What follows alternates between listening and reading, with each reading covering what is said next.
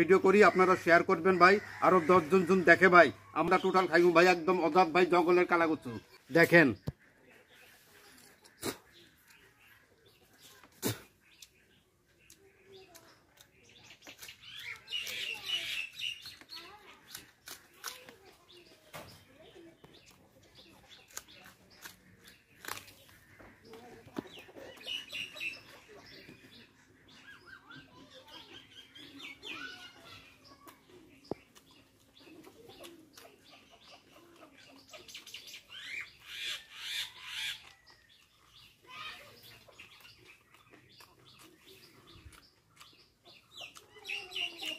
এরপরে পানি খাইমু ভাই, কচু খাওয়ার পরে পানি খাইমু।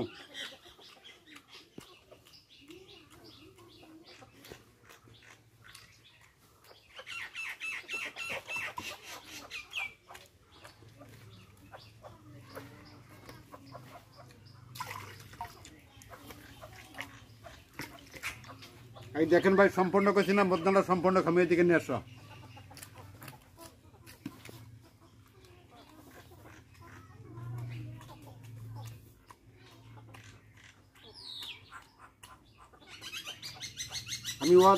আমি ওয়াদা করি ভাই, ঠিক আছে ভাই, পাক্কা ওয়াদা করি ভাই, খেয়ে ফেলি আমি।